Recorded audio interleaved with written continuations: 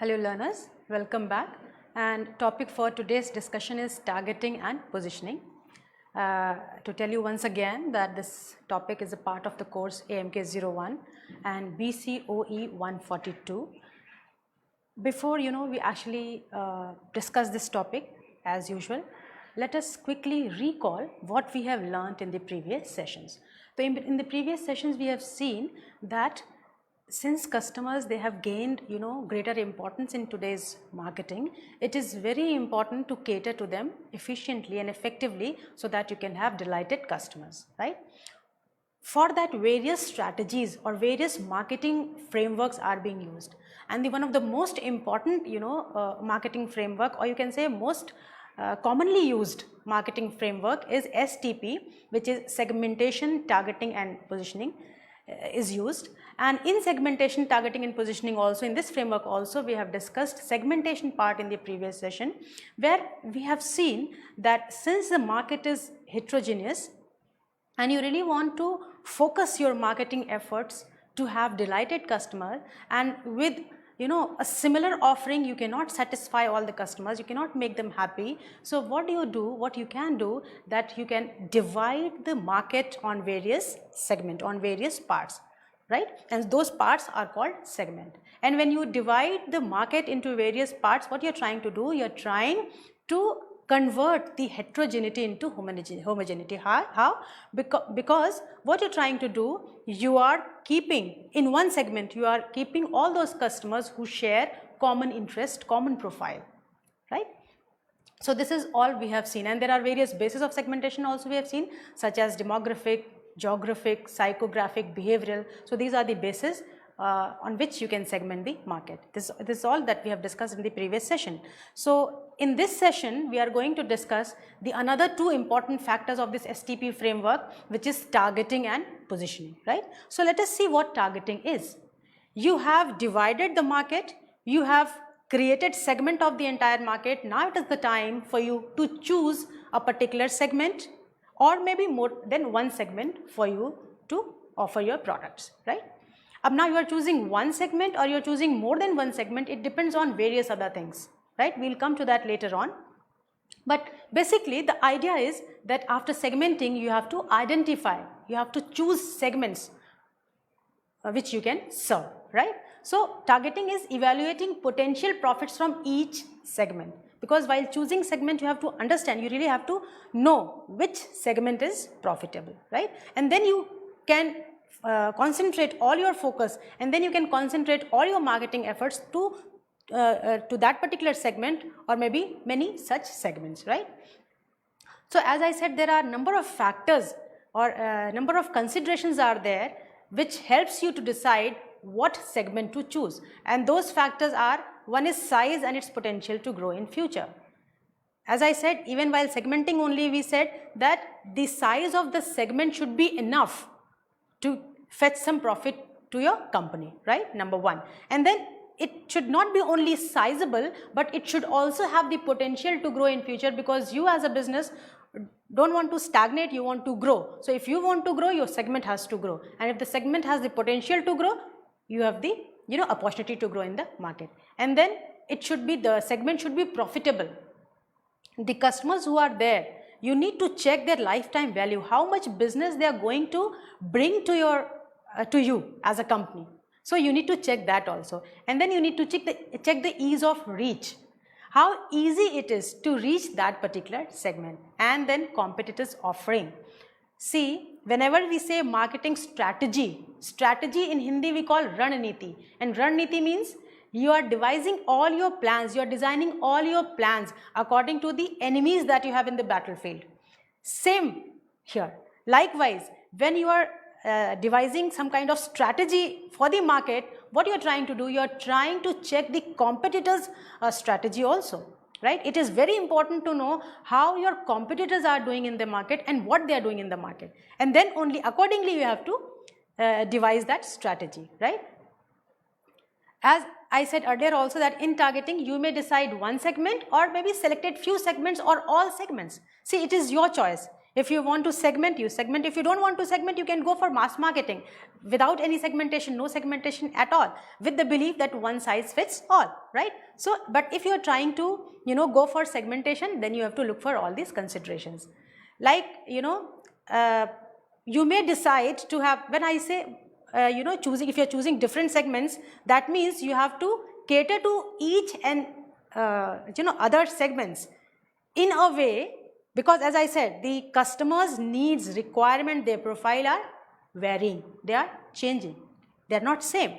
So, one, a kind of treatment that you are giving to one segment cannot be giving to the other segment. So, you have to give another treatment to another segment. That means you have to have different kind of propositions for different segments, right? So, when I say different propositions, it is basically different kind of marketing mix. Different kind of product, different kind of, pricing strategy, different kind of promotional strategies, different kind of physical distribution strategy. So, all these things you have to consider while you are choosing a particular segment for your market, right? So, now let us see what are the steps in targeting. How do you go step by step if you are using this framework, STP framework in your marketing? So, first we did segmenting, and after segmenting, when we are trying to do targeting, then first of all that we need to understand is to understand the chosen segments completely. And when I say chosen segment, it does not involve only customers, but it also considers the competitors in the society, in the market, and the society in which the market is prevailing, because the values, the beliefs of the society also affect the preference and choice of the customers, right? The second step would be customer analytics. So, you have seen the market as a whole, where everyone is there, customers are there, the society are also you are checking, and the competitors also are checking. Now, you have to focus your entire research area on the customer analytics. Now, you have to do the minute research on the customer's choice, preferences, their behavior, right, and all those things. So, customer analytics, it is so important that customer analytics itself has come up as an important topic in marketing. And for customer analytics, you need to have data. And with this, IT revolution, there is no dearth of data. There is huge data, which is also called big data.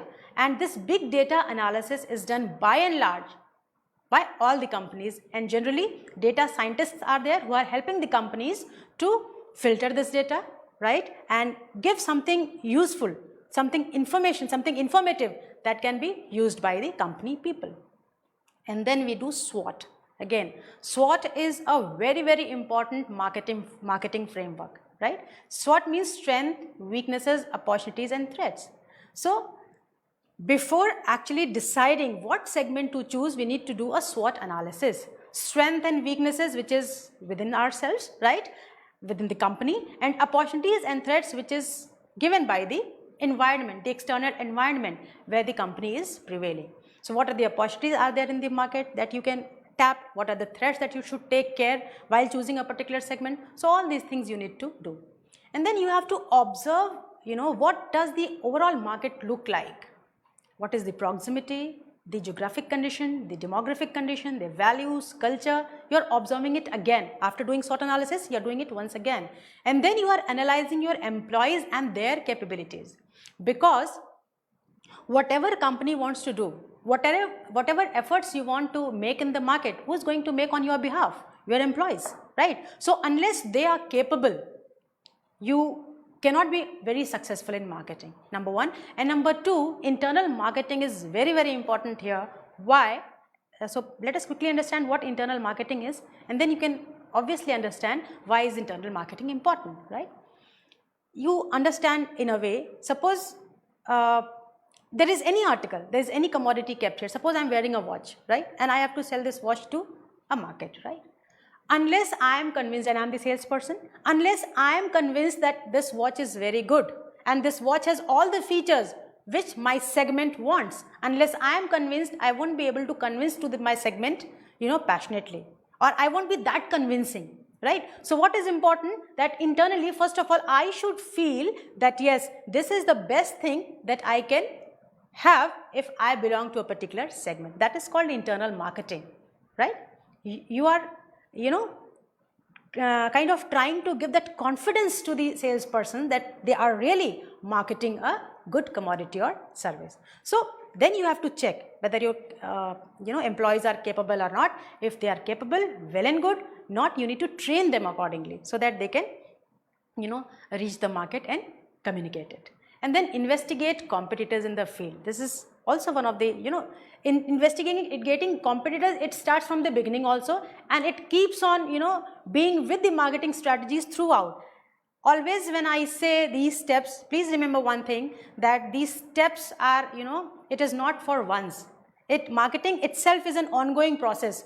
So once you do a particular thing, it does not mean you can sit quietly. You have to do it again. You have to start from the beginning again if you have to survive in the market, if you want to grow in the market. So these were the steps in targeting. Now we'll see what are the targeting strategies. Detailed discussion we have done in the previous session. So I'll tell it very quickly. A few of the learners, if you're interested to know these strategies, in detail, you can see the previous session. So very quickly I can tell you that there can be three strategies. One is multi-segment strategy, the other is single segment strategy, and mass marketing. Mass marketing means no segmentation, no segment, right? So there can be three strategies.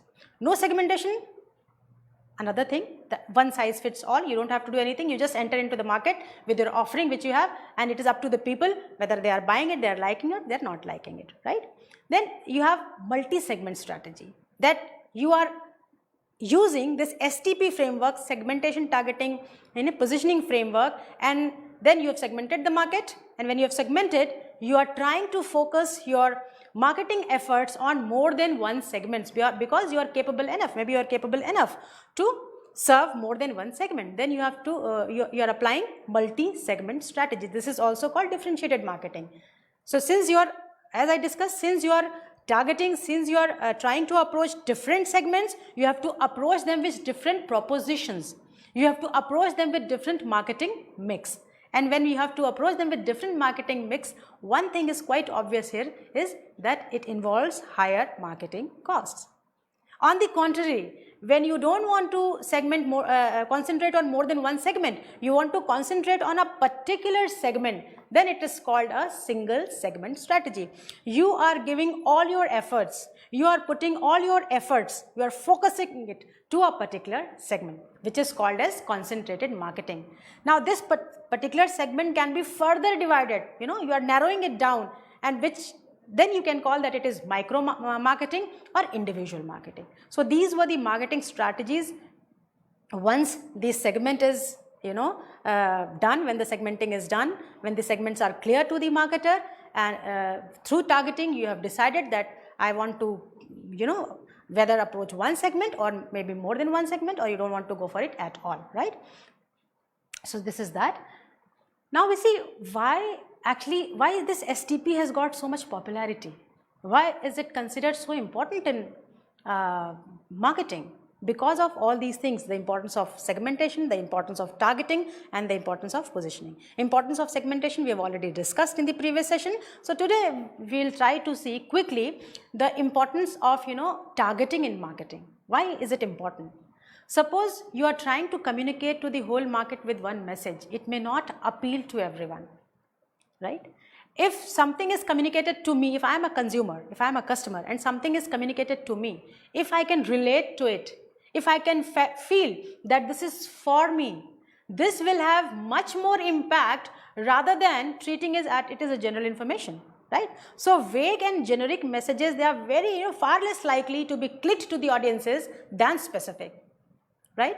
Then this targeting activity, it serves both consumers as well as the brands. You are also trying to focus your brand, because through brand only, through brand means product. So through brand or products only, you are trying to target your market, you are trying to reach to your customers. So you are also giving full attention to brand. And then it reduces costs, because you are not going to waste all your resources and energy for all the segments. Rather you are trying to concentrate on either one segment or maybe few selected segments. And it increases revenue, of course. How can it increase revenue? Because this is the way to have delighted customers in the business, and we have discussed in the previous sessions that delighted customers means your market presence is there, your market share is going to increase and you'll have more, you can get more revenue, right? Then quick bites, if I see, what do we quickly know about targeting, it would be speak, or I would say what should we do if we are trying to do this targeting activity. We should speak directly to the defined audience, right? Speak directly. And the other thing is, don't assume things, do marketing research, intense marketing research to know the information, to have the data, and then you talk to the audience. That will be more appealing. Then attracting right customers. You can attract right customers through this targeting. Differentiate your brand from your competitors. Unless you are providing something extra, unless you are providing something which is not already there in the market, there is no meaning to it, there is no value to it. So you can attract customers only when you are providing something different from your competitors or something extra from your competitors, right? It may be extra, it may be different, which is also called as product differentiation. And then you need to build deeper customer loyalty. We would see how can we build it through product positioning, right? Why customer loyalty? Again, because we have discussed in the previous session that customer retention cost is much less than customer acquisition cost.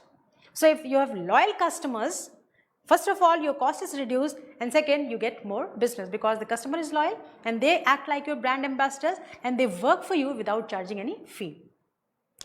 It improves your brands, products or services if it is required. If in the marketing research you found out that it is some requirement needed, you can improve it, and then you can stay focused. And the most important thing is make use of social media management system, because social media is a platform which everyone is using all across, right? So making use of social media management system is one of the quick and important thing that you can do. And then you have to create buyers persona. Buyers persona means you have to know their demographics, professional roles, values and goals, challenges, sources of influence, who are the sources which is influencing the customers, and the buying decisions, how is it influenced, who is actually the decision maker and who is buying. So if you know each and everything which is called as buyers persona in marketing, so if you can create a clear and proper buyers persona, it will be very good and it will be useful in your targeting. So this was targeting. In STP we have discussed segmentation and then we have discussed targeting. Now we should talk of positioning, which is the last component of STP: segmentation, targeting and positioning. So you have segmented the market, you have divided the market, and then you have chosen on certain criteria, you have chosen a particular segment or maybe few selected segments, right? So once it is then done, the next important thing that you need to do as a marketer is do positioning. Why positioning? Again, because you want to be in the market for a longer period of time. You don't want to survive only, you want to grow as a business. So for that, positioning is important, right? And before actually discussing positioning, let me give you one example that Xerox. Xerox is what? It is a machine and the service is the photocopying.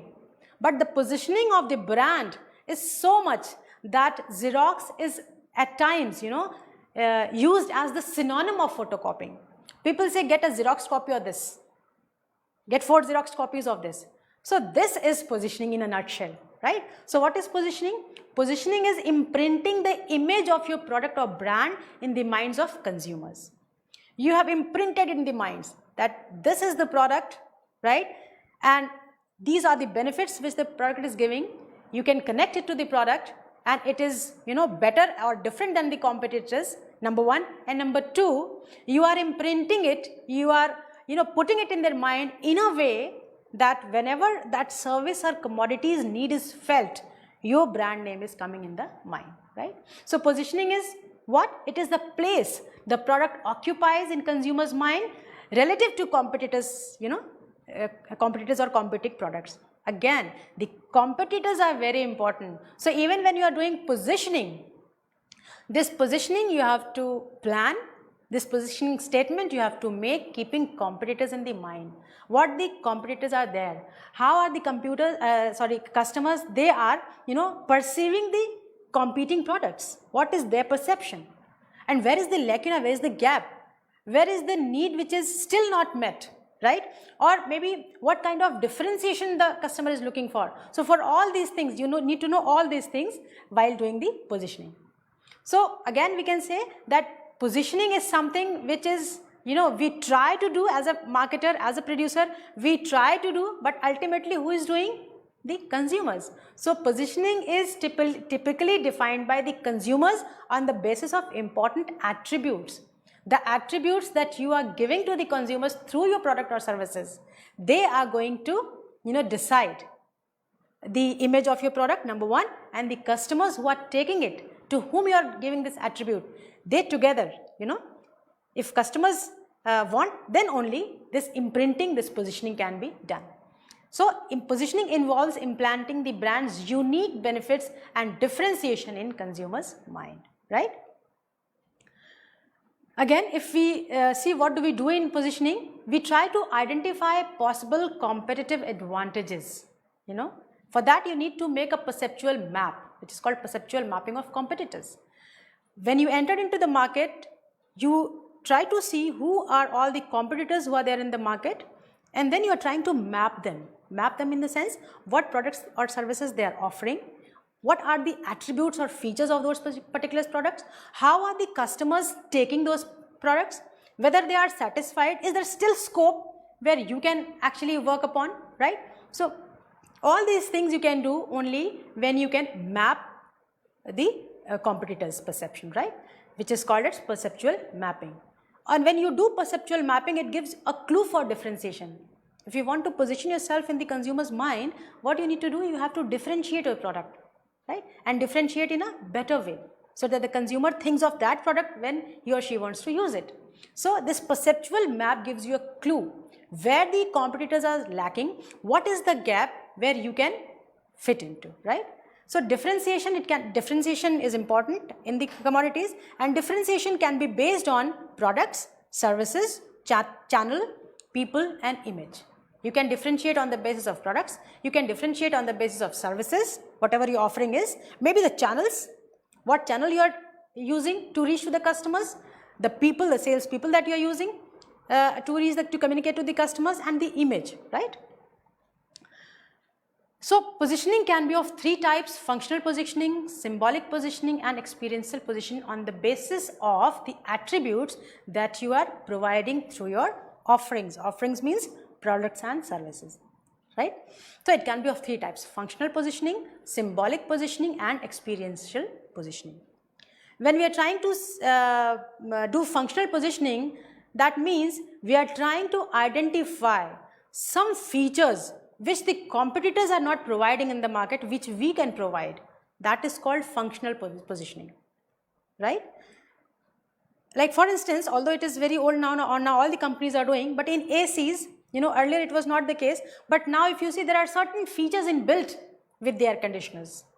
No, you can keep it on sleep mode, or you can use time intervals and so on and so forth. So these are functional positioning. What extra benefit you are giving to the customers, which were not earlier given by the competitors. And the other is symbolic positioning. Symbolic positioning is what? Something that the customers can relate with the image, with customers' image, their self-esteem or ego needs. That is called symbolic positioning. Many phones are there, many cars are there, many hotels are there, right? But for example, you have chosen a particular segment who is very conscious of the self-image, of self-esteem, or maybe want to distinguish in the society, then you have to provide, something which is termed as luxury, which not everyone or common people can afford. So this is called symbolic positioning, right? That the customer can connect with the needs which the customer has. And then experiential positioning. In experiential positioning, what we are doing, we are trying to focus all those feature elements of the offering which can connect emotionally with the customers. You must be seeing various promotional campaigns where they use this emotional connect. Like for example, you must be seeing with certain chocolates kuch meetha ho jaye, or for detergent powders daag achhe hain, because with the whole campaign, if you see the whole advertisement, it is shown that the kid is trying to help the other kid, and in the process the clothes are soiled and the mom is saying daag achhe hain. So emotional connect here again. And then जीवन के साथ भी, जीवन के बाद भी, no need to tell that this campaign can only be of insurance companies. So with all these statements, with all these punchlines, what we are trying to do? We are trying to connect emotionally with the customers. So this is positioning. This is experiential positioning. Ideally, of all these, these three positioning that we saw, symbolic, functional and experiential, ideally marketers want to combine all three factors to position their brand or product, especially if they want to cater to more than one segment. They have to combine all these things. And this is also important because if you want to have the competitive advantage which the competitors are not having, then it is important if you combine all these three things: functional, this experiential, right, positioning, and this social positioning. So you can position your market by showing what is important in the minds of customers. And for all this, you need to make a market positioning map. If you're trying to combine symbolic, functional and experiential positioning, you have to make a positioning map. So now let us see what is positioning map. Positioning map is nothing but they are the plot perceptions of brands which are commonly used in campaigns. How is your brand, how is your offering is perceived by the consumers? You have to map it. Whether you are trying to show it as a luxury, you are trying to show it as an economic offering, or you are trying to show to the customers that something which is modestly priced with added benefits, with added features. This positioning map is also called a perceptual map, and it shows where existing products and services are positioned in the market so that the firm can decide where they would like to place their product in the minds of the consumers. So this is positioning map. Now we will see what is the positioning process. So what we are trying to do, first of all we try to identify the competitors.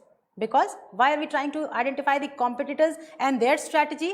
Because I am trying to look for something unique, something extra which I as a marketer can provide to the customers, right? So to create that unique positioning, to have that unique selling proposition which is popularly called as USP, I need to identify the competitors in the market and I need to know their strategies, right?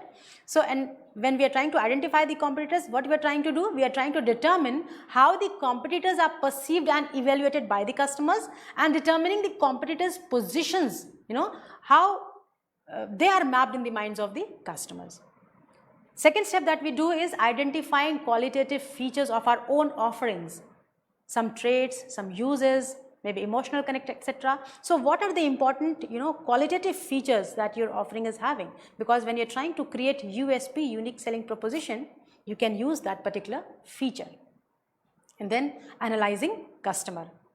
When we are trying to analyze customer, what do? We analyze the customer. We try to know each and every bit of the customer's choice, preferences, their paying capacity, the society they belong to, their influences. So when we are trying to do all such things, and after knowing this, we can prepare a positioning statement. So this is the statement through which I am going to talk to my customers, or which is the positioning statement which I am going to communicate to my customers. And then comparative analysis of all the three: comparative analysis of competitors, customers, and all the external factors which are there in the market, so that we can identify the gap and we can inbuild that gap into my unique selling proposition. So identifying unique positioning, when you did all that, you could identify now unique positioning, which is called positioning statement. And when you make the positioning statement, then you have to execute it, you have to communicate it to the customers. Believe me, again, positioning process is an ongoing process. You have to keep on monitoring it, measuring it, evaluating it, and constantly measuring the performance of your brand, of your offering, or your positioning. Whatever way you have positioned the product, the offering in the market, on a regular interval, you have to keep on evaluating it, whether it is working or not. If it is not working, or if it is diluting somewhere, you may have to reposition it. Repositioning is as important as positioning. Please remember it. There are many instances when the companies have been wiped out of the market only because they could not reposition themselves. And the biggest example is Nokia phone, I would say. How do you develop a positioning statement? It is, or what is a positioning statement? It is just a sentence that spells out what extra your offering is giving to the customers, right? So this positioning statement, it generally includes the target segment, whom you are segmenting, the brand name, the offering name, the product or service category, which category does it belong to, whether it is a necessity, a luxury, a comfort, what is it, or maybe a status symbol, and then key points of differentiation it should include. The positioning statement should include the key points of differentiation, the most important, how your offering is different from the others, and the reasons customers should believe the positioning claims. One most important thing that I would suggest to keep in mind, you as a marketer, while you are going to market your products in the market, you should make the positioning statement simple and jargon free. Many a times you see that the positioning statement, they are full of jargons, so it is not helping, rather it is creating some kind of chaos in the market. So try to make it simple and try to make it jargon free. Then you have to communicate it to the students, and you have to communicate in a way, and you have to choose the channel of communication also, the effective media of communication. Which media do you want to choose? Then also you have to be very, very conscious, and according to the analytics that you have done in the past, now you can decide to which segment what media to be used for communication. And then you are trying to deliver your USP in a way that is imprinted in the minds of customers. For example, if you say Thanda matlab, automatically some brand is coming in your brand, or when you say it's different, or when you say Teda hai par mera hai, so something is coming in your mind. Why? Because it has been positioned in that particular way. If we see the quick bites of positioning, I would just say that whatever you have promised in your positioning statement, you should try to deliver that particular thing. And if you want to deliver what you have promised, then you have to concentrate on each and everything. You have to concentrate on the inferences or the results that have come out of the marketing research. You have to take care, or you have to do the segmentation, targeting, these two activities very cautiously, so that you can, while doing positioning, you can position it in a better way. So you have to deliver whatever you have promised in your positioning statement. If you fail to do so, you fail in the market. Why positioning is important, you have seen, because this gives an extra edge to you. This gives an extra edge to your offering or to your brand in the market. So positioning is very, very important, and we do not need to say line by line, like it creates market differentiation, or it fetches you more revenue, or it justifies the pricing strategy. So this is quite understandable now, that positioning is very, very important, and what are its benefit to the marketer. As I said, internal marketing we have discussed. For positioning, the one most important thing is internal marketing. Please don't forget it. Internal marketing in detail we will discuss in the sessions to come, but for this time just remember that if you want to communicate better to the customers, you have to communicate to the persons, to the media through which you are going to communicate to the customers. So unless you are marketing here, the middle way, unless you are marketing here, you cannot market efficiently to the ultimate customers. So you have to take care of internal marketing also in the market. So we have seen segmentation, targeting and positioning. So let us quickly summarize what all we have learned in segmentation, targeting and positioning. This is a 3-step process, right? And it helps the marketer in identifying the most profitable customers and then tailor the marketing efforts and products to the needs of the identified customers.